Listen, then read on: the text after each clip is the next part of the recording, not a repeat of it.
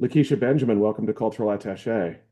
Thanks so much. Thanks for having me. Yeah, for those who don't know, you were a five-time Grammy nominee for your album Phoenix and then for Phoenix Reimagined Live. And of course, all of us are waiting for new music, which I'll get to a little bit later in our conversation because I have some information about that. But before I do, I want to ask you about something that Mary Lou Williams told Marion Partland in 1964. She said, anything you are shows up in your music. Jazz is whatever you are playing yourself, being yourself, letting your thoughts come through. Now that the Phoenix has clearly risen, what are the ways in which you are playing yourself, whether in new recordings that we can anticipate, or you will be on the stages of the San Francisco Jazz Festival or the Hollywood Bowl Jazz Festival, which is now the Blue Note Jazz Festival this weekend? Um, I've always believed that you can only play who you are and kind of what you lived or what you've seen and experienced. I do come from a very I guess rich background, but I just think that the Phoenix albums to me was really a story of how I'm coming up and how things have been going for me. But it was a little bit of a story of kind of how my life has consistently been about kind of how what it is to get a no and try to create yeses and try to find a way out of that. So just like that, I'm still evolving and I'm still growing and I'm still finding who I am and I'm still trying to navigate in a world that may not even want me in it, you know? So I guess I'm moving. I'm trying my best to reflect the times that are going on, and I'm trying my best to be the best type of person I can be throughout all the adversity to kind of lead in a way of grace and honor while still digging deep and staying true to the integrity of the music and the legends that have created it. So, given everything that's going on, how difficult is that to maintain that grace, to maintain your own integrity through it all? It's a little psychotic, you try to be positive, you try to, I do a lot of traveling. I'm all over the world and unfortunately the chaos is everywhere. Everyone's feeling unsettled.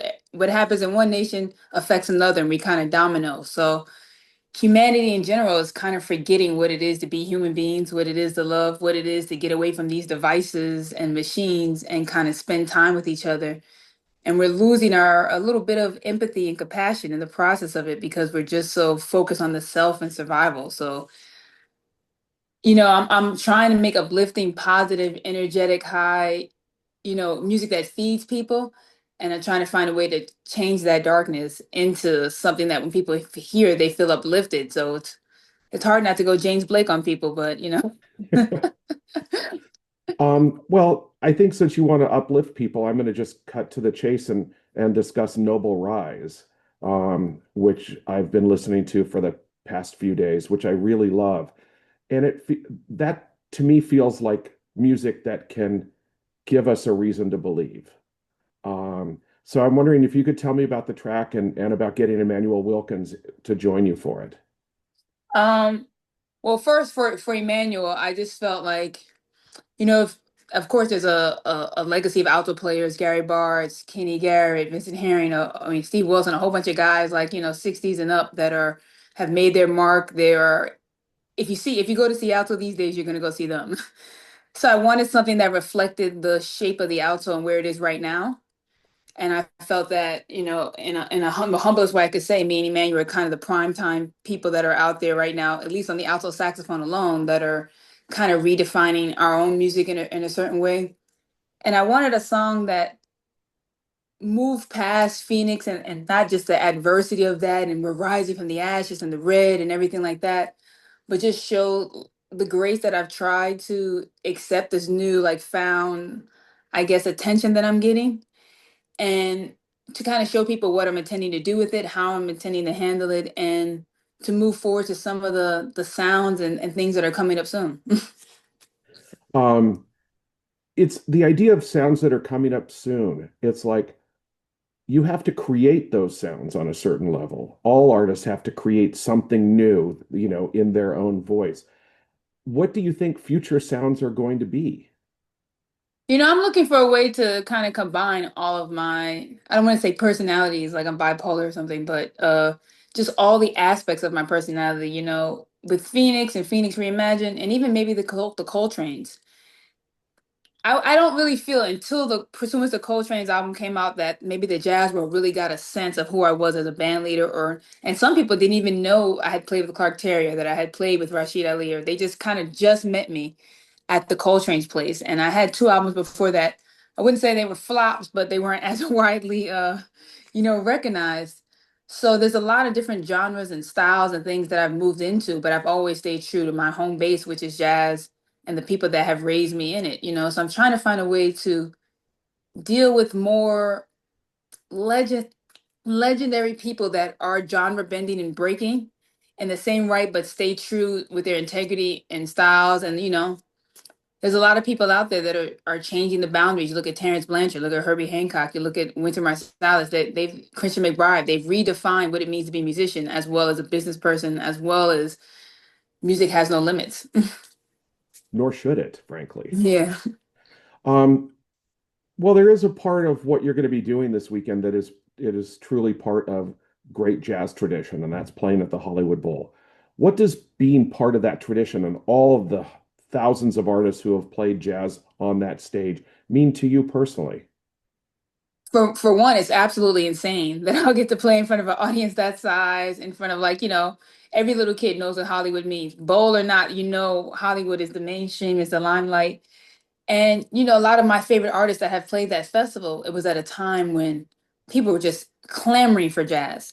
And I really feel like we're having a resurgence now with John Baptiste, Samara, everything. So to reintroduce the audience to jazz in a way that they may not have heard it before and bring in that, not even just a younger crowd, just bring back the crowds to really understanding what live music is like and what you can feel when you actually are present in a show. It's a one in a lifetime opportunity, really. Well, hopefully it's not a once in a lifetime. Hopefully it happens, it's I've seen Herbie there countless times. I've seen Terrence Blanchard there before. Um, and I know that also on the bill this weekend is somebody who's been a role model and mentor for you, and that's Dee Dee Bridgewater. Oh, she's gonna be Dee there? Dee Bridgewater is playing with Bill Charlap. She had totally. I've been texting her almost every day, and she refused to bring that up. So maybe she's planning on surprising me. But that's great. Yeah, what role has Dee Dee played for you? Didi has showed me that anything is possible. Just from our first meeting, I didn't even know her, and my band was trying to convince me not to go over and talk to her, and I was like, I'm out of here. I'm going to talk to her. Just the way that someone could come up to her, out the blue as a stranger, and she was accepting it and warm to me, and even me chasing her down. Remember me to get her on the coal trains and to go from a place of just begging for help to now full-blown friendship and mentorship. And she's been with me all through the ways, all through the Grammy stuff, all through the NAACP stuff, all through the Library of Congress, just watching her. And you would think like, okay, Dee Dee Bridgewater, of course she's a household name, but that's probably something from the past. But we always have a joke with each other that she's always like 5 steps ahead of me, no matter how I could grow in stature by 50, and she's still, we did the Monterey on tour together with her and Kurt Elling, and she was in first class up there with her little dog, drinking sparkling water out the bowl. And I was in the comfort seat right behind it. And I was like, oh, look, Dee Dee, I'm so close to first class. I can touch it, but I can't be there. So she laughed. Next time I saw her, she was a guest with me at Cooey. And she was like, oh, Lakecia, have you been asking for a suite? I was like, oh, yeah, I got a suite now. So she comes up to my room, says, oh, that's great. Come down to my room. I want to give you something. The suite is the size of the Ritz Plaza. I said, I thought you said mine was a suite. She said, well, not quite. And we laugh about these little jokes and stuff like that, but she's always giving me something to aspire to. Like Dee Dee doesn't just have one genre. She can sing jazz, she can sing funk, she can sing blues, and she brings the audience in. Like my first gig with Clark Terry, I went this past spring to Bern, Switzerland, to play a club that I played the first time ever there with him. And on the wall was a picture of Dee Dee with Clark. So I just happened to Google, and that concert came up. And they were singing together, and she found them in the audience, and I said, these are the two people that have given me the most, and she's still here. So I don't know how to say it more. I'm so grateful for who she is and what she means, and she's really almost like a mom. Well, she's a pretty cool mom to have if she plays that role. She's a Louis Vuitton Drake mom. And she's a Tony Award winner. Tony, I mean, it was my job on Monterey Tour to announce her out. And I have, you know, and that's another joke we had. I said to announce you, I have to say three-time Grammy winner, three-time Tony winner, NEA double jazz master, Doris Duke artist. For me, they're just saying critically acclaimed at the time. They were just they were trying to find things to say. She's in the magazine. She's got an album. So what will that be like when somebody has to do the same thing for you?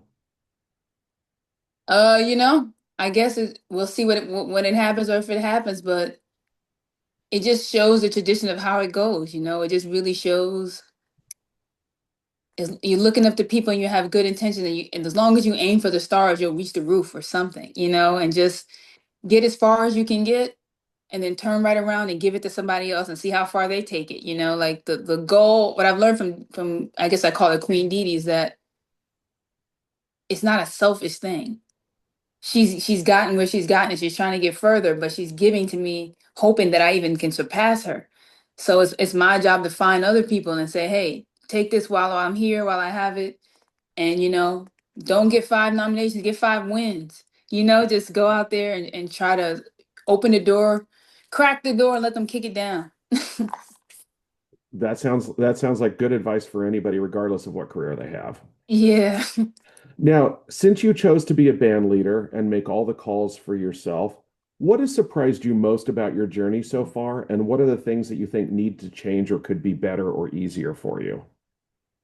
My God.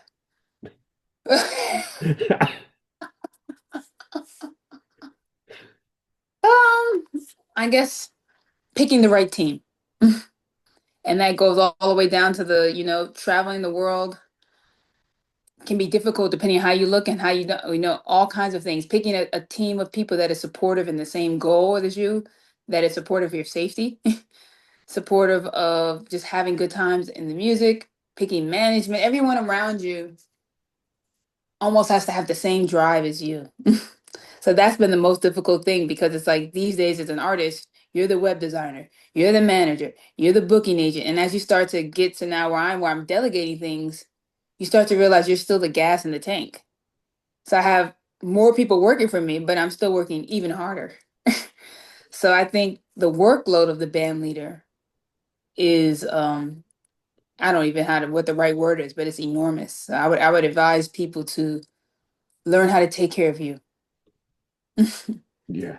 Um, a few years ago, I spoke to Terry Lynn Carrington, who told me that her gender justice hat, as she called it, was just one of the things that she addresses. But she says that women jazz musicians, have always had faced different problems just because of their gender. Um, and she said, and I love this, if you keep having art reflect one group of people, then it's not good for the art. Now, I know Mm. it's only been 3 years since I spoke to Terry Lynn, but have you noticed any improvements? Are things getting better? Are there more cracks in the ceiling, as it were? There's always more cracks. It's like the same way as time goes on, there's always more wrinkles, right? But the adversity is still there. The adversity is still the way I see it is when I found out that for these 5 Grammys, there had only been 3 women in this category nominated, and we're all alive. And one won, and the other two had to have the other person involved.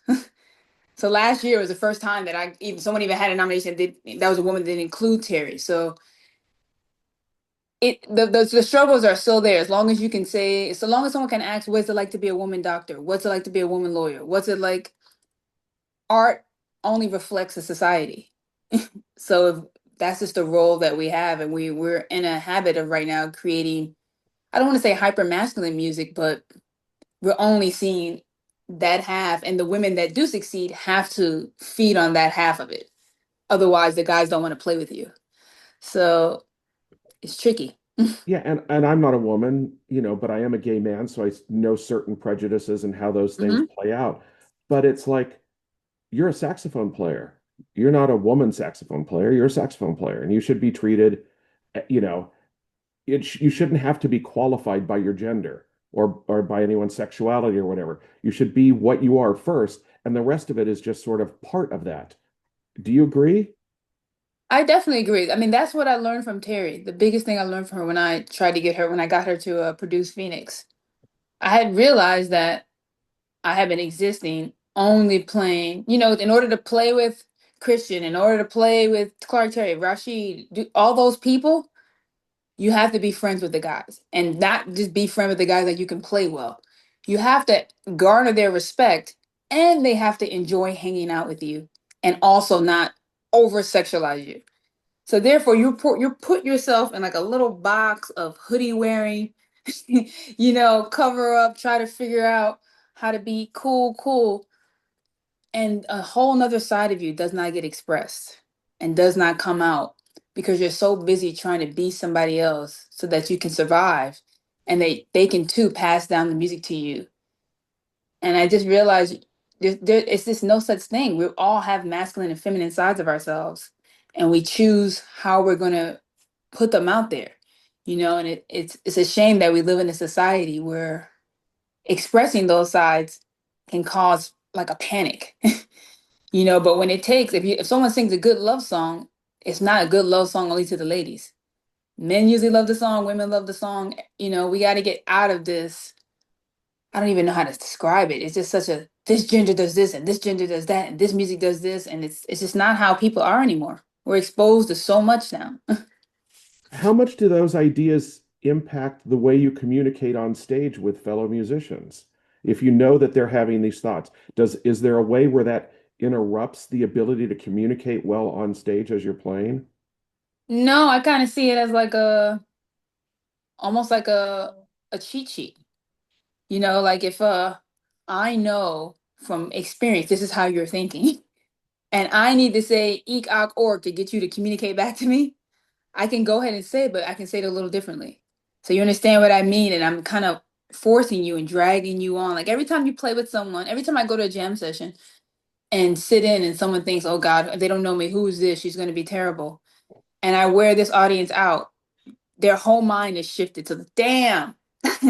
You're slowly one person by person, tour by tour, gig by gig, breaking the mold. So I could choose to see it as like, oh, they're huge roadblocks, but I've always seen them as opportunities. When I used to go to jam sessions when I was super young coming up, they wouldn't even try to let me play. Then when they did let me play, it's like, oh, just play a blues, little girl, and they count all slow. And I'm like, great, that's perfect. Play the slow blues. I'm going crazy. Everyone's, oh my God, she's amazing. Then now they want to play giant steps. Don't switch up now. Now let's keep playing this blues. It's going perfect. What are you talking about? Everything is wonderful. So I try to use it as an opportunity because if you don't look at it that way, you will just give up because it's such a bleak chance of you actually getting where you're trying to get as a woman that if you look at it that way, you're going nowhere. Right, right. You referenced earlier about, responding to the times with your art. And I think the greatest artists always did that, whether that was Bach in the 18th century or John Coltrane, in the 20th century. What is most on your mind? What's uppermost in your thinking these days, and how might that inspire the writing that you're going to do, or has inspired writing you've already done? I guess I just wonder why we all hate each other so much. We're all stuck here. We're on this planet. Even before me and you came along, it's been centuries. And we're repeating the same things over and over again. All this greed and power. I really don't understand it. We've created the system. We're concerned about who has enough money, but we've created the currency. So it's like we have an opportunity to create any type of world we want to. I guess I just don't understand if as human beings we have the ability to create any type of world. We can have free food, we can have no food. We can have $2 broccoli, we can have $100 broccoli. All of the concepts, the stock markets, the currency value, it's all created by us. So I just don't understand why we've chosen to just live in a way where like everyone is oppressed, everyone doesn't feel free, everyone's overworked, everyone's tired, everyone feels on each side when I look at when I go to a show, it doesn't matter who you are, everyone feels oppressed. And I'm just like, I don't know how you feel oppressed, but they do. So I just don't understand why we've chosen this and why don't we just get along? Like what is the problem with getting along? Well, I also think our reliance on technology, sort of boxes us in and makes us sort of sloppy in how we respond to each other because we're so addicted to these things that we don't know how to communicate with people or even have a conversation like this. Most people can't do this. I mean, if we never got another technological advancement again, we'd be fine. We'd just be here existing, everything would be the same. If the planes don't go faster, if the phone doesn't go faster, Connect to your if Wi-Fi AI doesn't device tie my or use the shoes, Google Home app to reconnect to there's Wi-Fi. no problem. Right, right. I do not know what's going on in my place today right now, but you know, Whenever you start talking about stuff like this, it gets a little funny. So that's what's yeah, happening. technology listens and wants to comment and interrupt and just say, no, you can't go down that path. I have a friend that if anything like this comes up, our phones hang up. Well, let's hope that doesn't happen before we finish our conversation. There is a radio show in Los Angeles on KJazz called Excursions Radio, and it Hmm. explores the relationship between hip hop and jazz. And I'm wondering, how has hip hop made jazz more interesting for you, and how has jazz made hip hop more interesting for you, if it has? It definitely has because that's the soundtrack of my life. I didn't come out the womb to Duke Ellington, you know? You come out the womb to like, I guess technically, maybe B Smalls or somebody, So, you're just to me, that's what everybody was dancing to. I mean, besides like my neighborhood, I grew up around a lot of Latinos, so they had their own thing going on too, for sure. But I just think the flow of a hip hop thing can influence a horn player, the rhythm behind it, the beat behind it, the way I hear jazz, the way I hear my two and four, maybe a little bit more, I guess, rhythmic, in terms of what is possible and what's not. Yeah, it'd be interesting. This is just a foolish exercise, but I wonder what John Coltrane would think today if he sort of landed in the United States and heard what jazz was, in 2025. He probably mess it all up. I think he'd be like, "What are you guys doing? What is this?" Right, I don't know. I always wonder. I've wondered that about him. I've wondered that about Miles, and I've definitely wondered that about Monk and Dizzy for sure. right. Like, where would they sit in? And I don't think they would be so. Honestly, I think if they made it a longer time, well, not so much Dizzy because he made it a long way in Miles, but we have a lot more chaos. Yeah, I think there was a lot of chaos in the 60s too that M Miles was certainly addressing. Yeah, Um, but it's a different kind of chaos now. that's kind of similar. Yeah. Um, so on Friday night at San Francisco Jazz Festival, you are the penultimate act before Charles Lloyd goes on, Oh wow. um, which I think is, I'm a huge fan of Charles Lloyd's work. And I'm wondering, what does Lloyd mean to you? I mean, I always call him supersonic sound. Like the music that he makes has no sonic boundaries. I saw him once. I opened for him again at Cape May Jazz. And it was like it had just finished raining. The sky was completely red. And he was up there taking us to like a completely different spiritual plane. So whenever there's an I don't like they sometimes they don't like it when I call them elders, but whenever there's an elder that's been changing the shape and sound of music for so long and they're still doing it at that same consistent level and they're not conforming to any type of gimmicks or bonds or anything that they feel they have to do, you got to go see them and you got to try to pick their brain and just I don't know who programmed it, maybe Terrence. Thank God, thank you for putting me in that spot. That's a great spot to be in. And Jason Moran is playing with Charles. There are a couple other musicians as part of his quartet. But Oh, as a fan of Jason's work, I would love to see the two of you collaborate. I've been texting him about it, but there's a whole group of generation of people where what's all of them? You got to really hunt them down. I mean, you really got to lasso rope them, but he's on the way. Well, and you're going to be in the same space on Friday, so do what you did with Dee Dee. Just go up to him. No, I talk to him pretty often, and you'd be surprised how hard jazz musicians are too. They're like, you got to do this thing right. You're like, oh, here we go. They do everything in slow motion. Right. Let me finish our time by asking you something that I asked Charles Lloyd when I interviewed him a few years ago, and it was about something Beethoven said. He said, don't only practice your art, but force your way into its secrets, for it and knowledge can raise men to the divine. What are you most excited about to discover amongst those secrets on your way to the divine? I really believe, even though as I try to read, I work out, I try to really understand who I am. You don't really know who you are till you get to certain circumstances. Until your back is against the wall and you have nowhere to go but right or left. So I'm really trying to like break down the rawness and the vulnerability level of me and an ability to not just make music that I know will be great and that people will love and will inspire them, but that may not be a hit. That may not be right now what I don't know, is common. So I'm trying to find a way to be brave, to be courageous, and like in a world where the wrong move could change your whole financial trajectory. So I'm finding that about myself, that my last albums I've always been true to who I am, and now I'm being faced with other decisions. Can I just keep doing what I know will be all right, or should I just keep continuing to reach? I think you know the answer to that.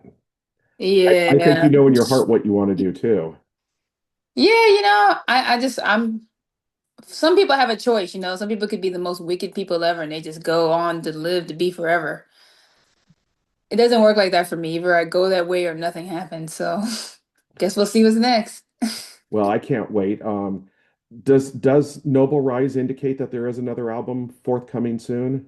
Yeah, I would say top of the year. Top of the year? That's Sounds good. what I would say if you got to deal with the politics. Right. Of course. Before I could throw them out in a week, boom, and nobody would say anything to me. But now everyone has a plan. Well, stick to your plan and so far so good. So, I'm expecting that there'll be some more great stuff. Yeah, things I had to fight for them to let me get this out. Well, that's unfortunate. Well, you're making great music, Lakecia, and have a great time in San Francisco and in front of the, not to intimidate you, almost 18,000 people at the Hollywood Bowl. Yeah, I'll blow a kiss to the crowd for you if you're LA.